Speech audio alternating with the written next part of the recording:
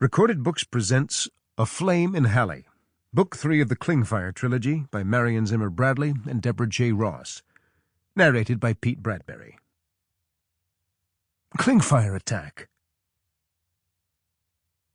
Dianis threw her head back to see the third air car bearing down on them. No! She trembled with the power coursing through her. Memory stirred, branded into the very core of her Laren. A dragon, a creature of frozen, unholy fire, bent over a crowd of lawless men and turned their resolution into groveling terror. The dragon was inside her. It was her. It was their only chance. It was the one thing she swore she would never do again. Oh, sweet Mother Blessed Casilda, help me. As if in answer to her prayer, Dianis sensed her brother's steadfast presence, the strength and complexity of his trained talent, and something beyond him, a luminous pressure. For an instant out of time, her fear disappeared. She soared upon a current of purest light, utterly at peace. Varzil dropped the shield. Disclaimer. The observant reader may note discrepancies in some details from more contemporary tales. This is undoubtedly due to the fragmentary histories which survive to the present day. Many records were lost during the years following the Ages of Chaos and 100 Kingdoms, and others distorted by oral tradition.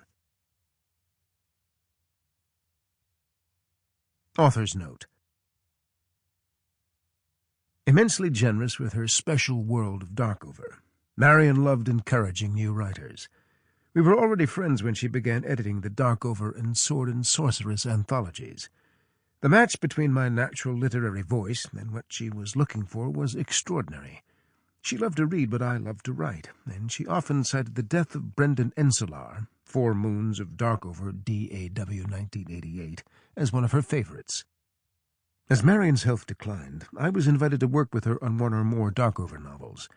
We decided that rather than extend the story of modern Darkover, we would return to the Ages of Chaos. Marion envisioned a trilogy beginning with the Hastur Rebellion and A Flame in Hali, the enduring friendship between Varzil the Good and Carolin of Hastur, culminating in the signing of the Compact. While I scribbled notes as fast as I could, she would sit back, eyes alight, and begin a story with, "Now the Hasturs tried to control the worst excesses of Laren weapons, but there were always others under development." Or, "Of course, Varzil and Carolin had been brought up on tales of star-crossed lovers who perished in the destruction of Niskaya." Here is that tale. Deborah J. Ross. Prologue. Eduin Deslucido had cheated death before, but now it had come for him at last. He lay on a cot, as sagging and creaking as his failing body, in the dingy room that had been his refuge and his prison, and waited. Each breath had become a battle to suck air into his scarred lungs. With each passing moment his heart stuttered as if it, too, trembled with the exhaustion of having lived too long. The door opened, and the girl from the village stepped in, carrying a basket of bread and an earthenware jar. He sipped the broth as she spooned it for him, then lay back. She spoke to him, things of little consequence, not worth the effort of listening.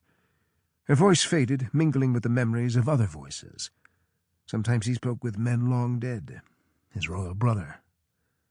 Ah, there was the unbowed golden head, the eyes brimming with fire and victory.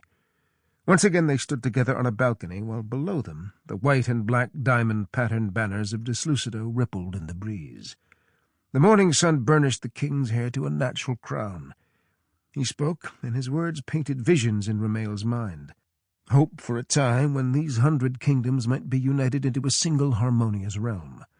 No more incessant warfare, no more petty bickering while men bled out their lives upon the ruined fields.